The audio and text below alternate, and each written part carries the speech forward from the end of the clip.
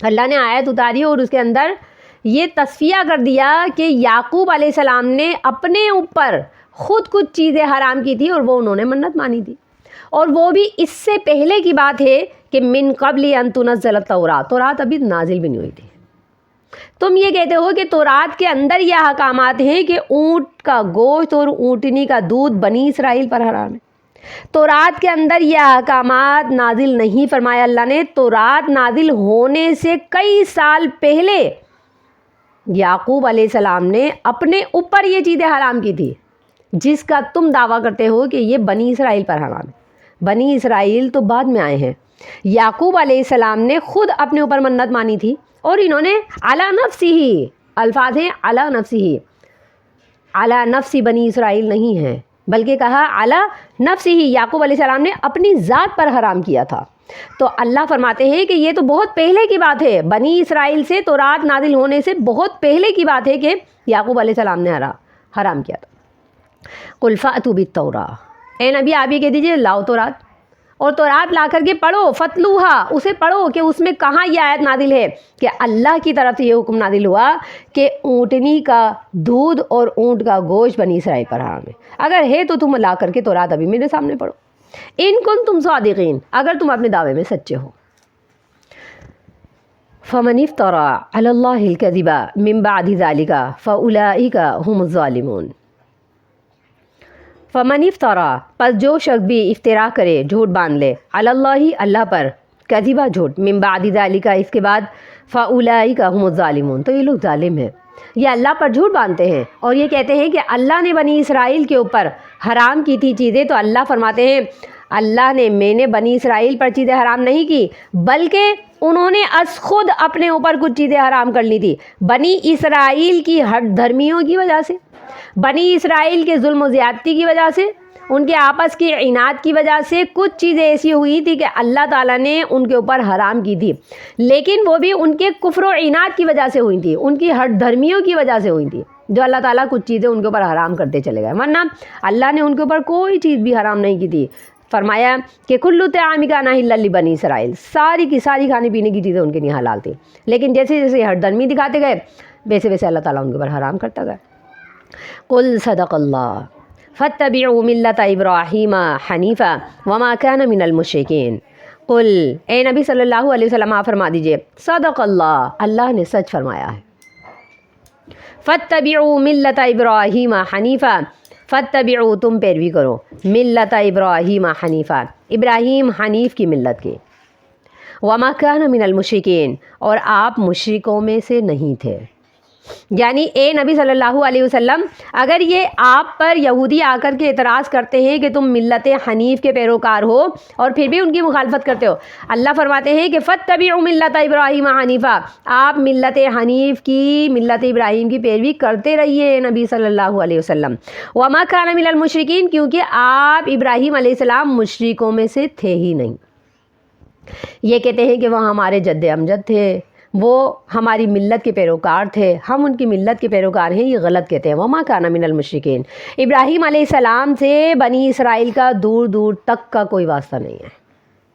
ابراہیم علیہ السلام ان کی ملت کے پیروکار تھے ہی نہیں، آپ مشرکین میں سے تھے ہی نہیں، یہ مشرک ہیں، یہودی مشرک ہیں، عیسائی مشرک ہیں۔ اللہ فرماتے ہیں وما کان من المشرکین، ابراہیم علیہ السلام مشرکوں میں سے نہیں تھے، آپ ابراہیم علیہ السلام کی ملت کی پیروی کیجیے۔ ان اول بیت وضع للناس للذی ببکۃ مبارکا وہدی للعالمین۔ ان اول بیت، بے شک پہلا گھر، وضع للناس، وہ مقرر کیا گیا لوگوں کے لیے، للذی ببکۃ، البتہ وہ جو بیچ مکہ میں ہے، مبارکن، برکت والا، وہدن، اور ہدایت والا، للعالمین، جان والوں کے لیے۔ ان اول بیتن، بے شک پہلا گھر، وہ لوگوں کے لیے مکے کے بیچ میں بنایا گیا۔ اب پہلا اعتراض انہوں نے یہ کیا محمد صلی اللہ علیہ وسلم پر، یہودیوں نے، کہ آپ تو بنی اسرائیل پر حرام کردہ چیزوں کو کھاتے ہیں جو کہ ملت ابراہیم کے تحت حرام ہیں، تو آپ ملت ابراہیم کے کیسے فالوور ہیں، کیسے چاہنے والے ہیں؟ یہ ان کا پہلا اعتراض تھا محمد صلی اللہ علیہ وسلم پر۔ جب اللہ نے یہ آیت نازل فرمائی تو انہوں نے دوسرا اعتراض کیا، کہنے لگے ٹھیک ہے آپ اس گھر کی پیروی کرتے ہیں جس گھر کو اللہ نے بعد میں بنایا ہے، جبکہ اللہ تعالیٰ نے پہلے تو بیت المقدس بنایا تھا۔ کہنے لگے پہلے تو اللہ تعالیٰ نے بیت المقدس کو عبادت خانہ بنایا تھا، بیت المقدس کے بعد بیت اللہ تعمیر ہوا ہے، اور بیت اللہ کی عبادت آپ کیوں کرتے ہیں؟ آپ کو تو بیت المقدس کی عبادت کرنی چاہیے، پہلا گھر تو اللہ نے بیت المقدس بنایا۔ تو اس پر بھی اللہ تعالیٰ نے ان کا دوسرا اعتراض رفع کرتے ہوئے یہ آیت نازل فرمائی، بیت المقدس دنیا میں پہلا گھر نہیں ہے، ان اول بیت وضع للناس للذی ببکۃ مبارکا، کہ پہلا گھر جو لوگوں کے لیے مبارک بنایا گیا ہے وہ تو مکہ کے بیچ وسط کے اندر ہے، وہ بیت المقدس نہیں، وہ بیت اللہ ہے۔ پہلا جو عبادت خانہ بنایا گیا ہے، پہلا جو مبارک گھر بنایا گیا ہے، اللہ تعالیٰ نے فرمایا وہ بیت اللہ ہے، بیت المقدس نہیں۔ یہ اعتراض کا بھی تصفیہ کرتے ہوئے اللہ تعالیٰ نے آیت نازل فرمایا کہ مبارکن، یہ گھر مبارک بھی ہے، وہدن، اور ہدایت کا ذریعہ بھی ہے، للعالمین، تمام جہان والوں کے لیے، صرف مسلمانوں کے لیے نہیں بلکہ فرمایا کہ تمام جہان والوں کے لیے یہ بابرکت گھر ہے، ہدایت کا سبب ہے۔ فیہ آیات بینات مقام ابراہیم ومن دخلہ کان آمنا وللہ علی الناس حج البیت من استطاع الیہ سبیلا ومن کفر فإن اللہ غنی عن العالمین۔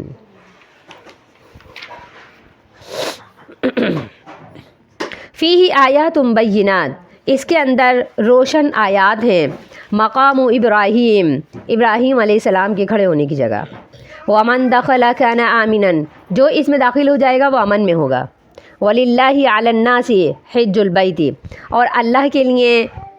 لوگوں پر فرض ہے حج البیت، حج بیت اللہ،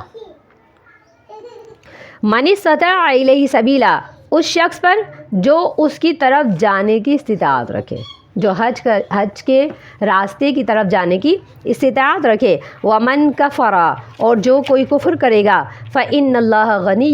بے شک اللہ تعالیٰ غنی ہے، بے پرواہ ہے، عن العالمین، جہان والوں سے۔ اللہ نے فرمایا کہ پہلا گھر تو وہ ہے جو اللہ نے مبارک مکہ کے بیچوں بیچ بنایا ہے لوگوں کے لیے، پہلا گھر بیت المقدس نہیں بلکہ بیت اللہ ہے۔ اب بیت اللہ ہونے کی، جو پہلا گھر ہونے کی اللہ تعالیٰ نے دلائل دیے ہیں وہ یہ دیے، فیہ آیات بینات، اس کے اندر روشن دلیلیں ہیں، مقام ابراہیم، سب سے پہلی دلیل تو مقام ابراہیم ہے۔ ابراہیم علیہ السلام کو مانتے ہو نا، ابراہیم علیہ السلام کی ملت کے پیروکار ہونے کا دعویٰ کرتے ہو نا، تو ابراہیم علیہ السلام کے خود کھڑے ہونے کی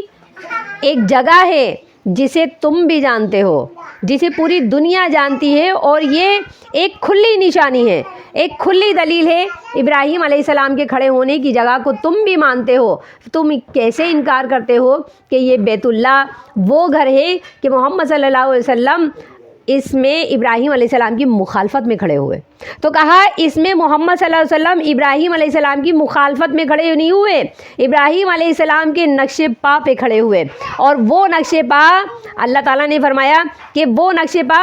آیات بینات، وہ کھلی نشانی ہے ابراہیم علیہ السلام کے کھڑے ہونے کی جگہ، ابراہیم علیہ السلام کے نقش قدم پہ چلتے ہوئے آپ بیت اللہ کی طرف منہ کر کے عبادت کرتے ہیں۔ آپ نے ابراہیم علیہ السلام کے نقش قدم پر چل کر اسے بیت اللہ عبادت خانہ مقرر کیا ہے، ان کے کھڑے ہونے کی جگہ کھلی نشانی ہے جو پوری دنیا جانتی ہے۔ فرمایا فیہ آیات بینات، اس کے اندر کھلی نشانیاں ہیں، مقام ابراہیم، سب سے پہلے مقام ابراہیم، ابراہیم علیہ السلام تو خود وہاں کھڑے ہو کے عبادت کیا کرتے تھے، اگر محمد صلی اللہ علیہ وسلم کرتے ہیں تو آپ ان کے پیروکار ہیں، یہ تو کھلی ایک دلیل ہے، تمہارے منہ پر تماچا ہے کہ ابراہیم علیہ السلام کے پیروکار ہیں محمد صلی اللہ علیہ وسلم،